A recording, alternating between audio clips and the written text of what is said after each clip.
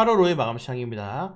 올림픽 시즌이라서 그런지 역사적인 기록이 많이 발생을 하고 있습니다. 오늘 코스피는 역사적으로 최대 낙폭 44년 만에 하락이 나왔고, 그리고 코스닥은 상하락 종목들 최대 하락 종목을 기록을 했습니다.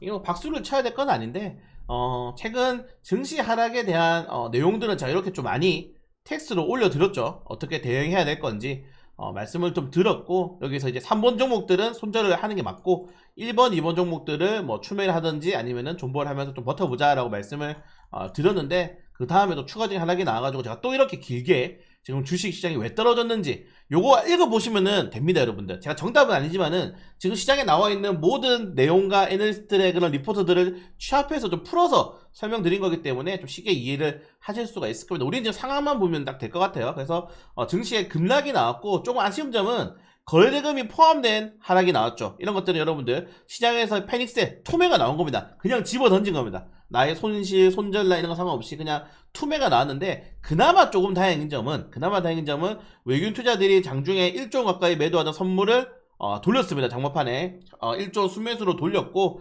그리고 신용이 그래도 조금 꺾일 기미가 보이고 있다는 점도, 제가 8월 1일날 신용이 늘어나면서 충격을 받았는데, 그래도 8월 2일까지 신용지수는 어느 정도 조정이 나기 때문에 신용이 꺾여야 됩니다. 이게 왜 중요하냐면은, 자, 우리나라 증시가 2023년 4년도에 1분기에도 급락이 나왔죠. 주가가 많이 떨어졌습니다. 1분기에도 급락이 나는데, 이때의 신용 비율이 17조 원 정도였어요. 그리고 2023년도 10월달쯤에는 이게 14조 원에서 16조 원 빠르게 올라갔거든요, 그때도. 그러니까 지금 만약에 이렇게 탁 떨어졌을 때 신용이 19조 5천억을 가지고 있으면 안 됩니다.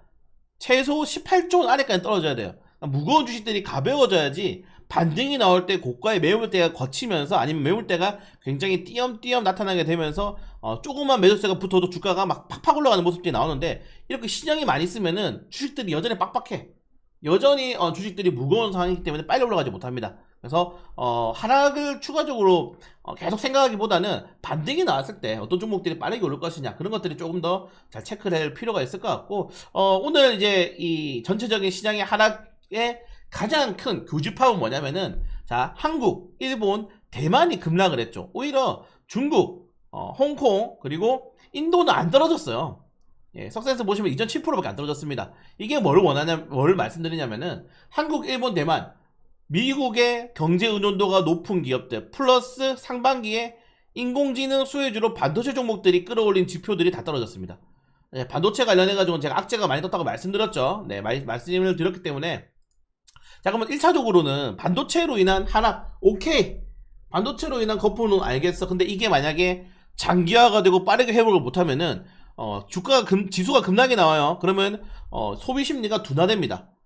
소비 심리가 둔화되면은 미국은 소비로 돌아가는 국가죠. 어떻게 되겠습니까? 네. 다시 경제가 둔화가 됩니다. 그러니까, 주식의 하락이 결국 자산의 하락으로 이어질 수 있고, 자산이 하락이 되면은 소비가 하락이 되고, 소비가 하락되면은 경기가 둔화되고, 경기가 둔화되면 주식이 떨어지고, 악순환이 반복되는 거예요. 근데 그 악순환의 가장 약한 기업들이 뭐다? 수출 기업들. 물론 일본이야 1억이, 인구수가 1억 명이 넘기 때문에 내수가 되는데, 대만, 한국 내수 시장으로 안 돌아갑니다. 수출 국가들이 크게 타격을 먹었다. 네. 수출 국가들이 정말 크게 타격을 먹었다고 좀 생각을 하시면 될 것 같습니다. 그래서 이거를 빠르게 돌리려면은 결국 연준의 빅스텝이라든가 빠른 금리나, 아니면은 미국 대선을 앞두고 대선 후보자들의 이런 브리핑이 나와야 돼요. 추가적인 증시에 대한 브리핑이 꼭 필요하다. 여기서 제가 좀 아쉬운 게, 이제 좀 정치적인 이야기 잠깐만 하겠습니다. 제가 농담으로 민주당은 정책이 전부 감첩들이 내는 정책이고, 이 국민의힘은 정책이 아무런 생각이 없다, 뇌가 없이 정책을 낸다라고 말씀을 드렸는데, 자, 오늘 민주당에서 종부세를 유지해야 되고 금조세 강화해야 된다. 자, 이런 이거 오늘 나왔습니다. 폭락장에. 여러분, 이거 오늘 오전 10시에 나왔어요. 지수 폭락할 때 뉴스가 나왔고, 그리고 노란봉투법을 통과를 시켰습니다. 제가 노란봉투법은 예전에 한번 좀 자세히 설명을 드렸는데, 쌍용차가 이제 파업을 하게 되면서 불법을 엄청 오래 했죠. 네, 그때 이 쌍용차에서 그 불법 파업을 한 노조원에게 청구를 했는데, 거기에 대해서 이제 시민들이 어느 정도 돈을 모아가지고 노란봉투로 돈을 줬다. 거기서 또 노란봉투법에 대해서 이게 제가 또 디테일하게 설명한 거 있는데 두 번 설명하긴 그렇고 그냥 정말 간단하게 해서 노동자의 권리를 보호하겠다. 오케이. 근데 자, 노동자의 불법 행위에 대한 정당방위 이런 것들에 대한 독소 조항이 있습니다. 그러니까 독소 조항이 뭐냐? 무조건적으로 지켜져야 되는 법안. 아무런 여기에 대해서 태클을 걸 수가 없어. 그러니까 노동자가 불법으로 다 때려 부숴도 보상 청구를 못 합니다. 이런 법안을 지금 내고 있는 거예요. 민주당에서. 간첩 법안들을 내고 있는 거죠.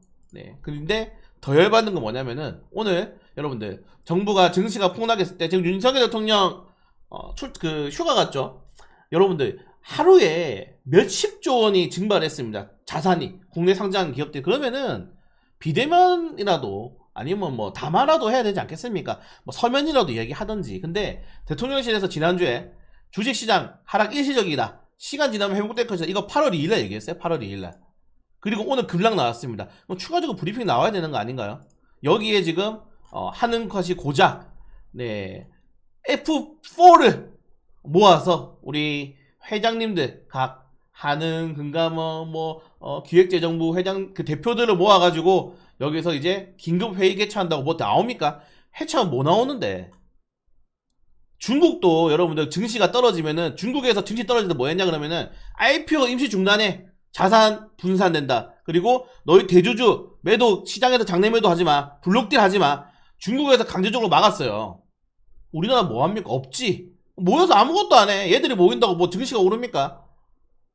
일본이 금리 인하를 지난주에 했는데 그때는 가만히 있다가 그러니까 생각이 없어. 정부 여당은 아무런 생각이 없고 요 야당은 간첩보면 안 되고 답답합니다. 아무튼 그래서 잘 정리되면은 빨리 미국 주식 하든지 다른 걸 하든지 해야 되는데 자 아무튼 오늘 시장의 하락에 대한 원인은 어느 정도 이해했고 그리고 증시 내부적으로는 우리가 기대하지 말아야 되는 것도 이해를 했습니다. 그러면 이제 어떻게 할 것이냐 이제 외부적으로 기대를 해야죠. 연준의 금리 인하에 대한 기대감 미국 대선 후보자들의 기대감 아직도 근데 확정이 안 났더라고요. 미국 대선 토론 하는지 안 하는지 그래서 아직 확정이 안 났다. 네. 한 번 더 검색해 볼까요? 아직도 안 했죠, 네. 아직도 안 했습니다. 지금 트럼프는 그러니까 지금 포스에서 하자. 해리스는 ABC에서 하자. 자기들에게 조금 더 이제 친화적인 앵커가 있고 방송사가 있는 곳에서 하고 싶어 하는 거야. 그래서 아직 확정이 안 났다는 것들 좀 말씀을 드리고 싶고 아무튼 좀 기다려야 될 것 같습니다. 그래서 증시가 지금 단기적으로는 추세를 돌리기에는 좀 힘든 상황이다. 라고 말씀을 드리고 싶고 자 그렇다고 해가지고 뭐 다 손절하고 이제 주식 떠나야 되나 하기에는 우리 폭락자 하루 이틀 봅니까? 하루 이틀 보는 거 아니죠. 네 그래서 잘 대응을 할 필요가 있다. 다만 여기서 말씀드린 것처럼 증시가 2200까지 만약에 조정이 나온다. 네 2300까지는 오케이. 근데 이러면은 회복 기간이 최소 6개월입니다. 6개월. 이때까지의 낙폭이 그렇게 나왔어요. 그렇기 때문에 회복 기간을 조금 길게 가져가야 될 좀 필요가 있다는 점들 제가 계속 올려드렸죠. 증시의 하락의 이제 회복 기간들. 네, 보시면은 보통 이게 50% 정도 밑으로 박아버리면은 회복 기간이 이 1년 안으로는 안 돼요. 네, 1년 안은 안 됩니다. 2021년도에 유동성 그 정책 회수하기 위해서 기준조정 했지 않습니까? 2021년도에 그때 낙폭을 아직 회복 못했단 말이에요. 네. 근데 지금 만약에 다시 한 번 더 여기서 추가적으로 한 20% 이상 30% 하락이 나온다. 그럼 최소 6개월, 최대 2년 정도까지 계속적으로 주식시장은 왔다 갔다 하면서 좀 불안하게 움직일 가능성이 매우 높습니다. 그래서 다시 한 번 더 말씀드리지만은 3번에 있는 주식들은 어느 정도 손절을 해야 될 필요가 있다. 이렇게 말씀을 드리고 싶고요. 네, 그걸 제외하고는 뭐 드릴 말씀이 없습니다. 오늘 쉬세요. 드릴 말씀이 없습니다. 네, 모릅니다. 언제 반등 나오는지도 모르고 어떻게 하락 나오는지도 모르고 오늘 삼성전자 외국 투자들이 1조 2천억 팔았습니다. 네, 대형주가 무너지면 우리나라처럼 대형주의 좀 비중이 큰 국가들 같은 경우에는 대형주가 무너지면 결국 얘들이 올라와야 돼요. 아무리 중소형 1000억원, 2000억짜리 주식들 백날 천원 올라봤자 지수가 못 올라갑니다. 결국에는 삼성전자, SK하이닉스가 올라와야 되는데 저는 너무 많이 떨어진 거 아닌가? 좀 개인적으로 그렇게 생각하긴 하고 있어요. 예, 여러분 여기서 삼성전자가 다시 5만원을 갈 거라는 생각이 많을까요? 아니면은 여기서 반등이 나온다고 생각하는 사람들이 많을까요? 네, 제가 생각했을 때는 그래도 한 6대4 정도는 반등을 좀 기대해 볼 수 있지 않을까라고 하면서 오늘 개인들이 1조 3천억을 샀죠. 네, 근데 아직 모른다. 보통 사이드카 서킷 걸리면은 일단 그 한 주 자체가 기술적으로 큰 반등은 안 나옵니다. 예, 왜냐면은 폭락이 나오면은 반대 매매가 엄청 터진단 말이에요. 그거를 시장에 한 번 더 받아야 돼.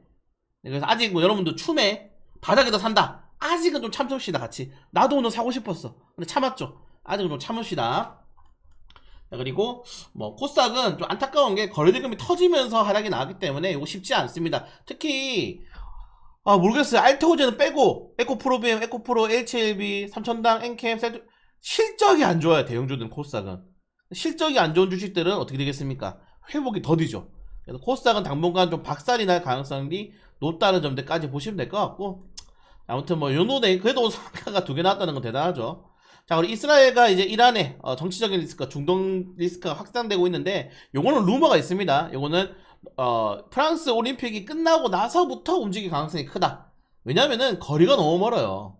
그러니까 미사일 공방을 하더라도 서로 돈 낭비야. 굳이 그렇게 할 필요가 없어요. 그래서 실제로 이제 지금 루머가 나온 게 뭐냐면은 프랑스 이제 파리 올림픽 끝나고 어느 정도 이제 이게 반군들을 규합해가지고 한 번에 테러를 준비를 하고 있다. 미사일도 쏘면서 테러도 준비하고 있다. 이런 식의 좀 이야기가 나오기 때문에 확산될 가능성도 있고, 이런 것 입수한 이 네타냐후가 야 이거 먼저 공격해야 된다. 이렇게 이야기가 나오고 있는 겁니다. 자, 아무튼 이런 루머가 있다는 점들, 시간이 올라간 종목들은 여러분들 신경 쓰지 마세요. 왜? 이 종목들은 거래대금이 없이 올라간 주식들입니다. 그렇게 신경 쓰실 필요 없다는 점들까지 말씀드리면서, 너무 많이 힘드시죠 여러분들? 네, 너무 많이 힘드실 겁니다. 저야 뭐 이런 증시가 하루 이틀도 아니고 저 계좌 마이너스 3억 1천만 원입니다 지금. 근데 그냥 그러려니 해요. 네, 그러려니 해요. 주식시장인 게 올랐으면 떨어지는 거고 또 떨어지면 올라가는 거고, 제가 오늘 그 장중에도 말씀드렸지 않습니까? 절대적으로 지켜야 되는 구간이 있습니다. 모든 주식과 지수에는. 그게 훼손이 되면은, 네, 그게 훼손이 되는 순간 말 그대로 그때부터가 진짜 말도 안 되는 약세장, 악세장, 그 약세장, 폭락장인 거고, 아직까지는 절대적으로 지켜야 되는 구간은 지켜주고 있다. 네, 그 구간대가 이탈하지 않을 때까지는 그래도 떨어지면은 사야 된다는 마인드로 좀 대응하고, 만약에 그 구간이 떨어지게 된다면은 그때는 뭐 페이스에 나오든지 할 수밖에 없다는 거죠. 근데 아직까지 그 정도까지는 아니라는 점들까지 말씀드리면서, 저 지금 앞에 아이스크림 있고 초콜릿 2개 있고 오늘 아무튼 당을 많이 흡수하고 있습니다. 여러분들도 힘내시고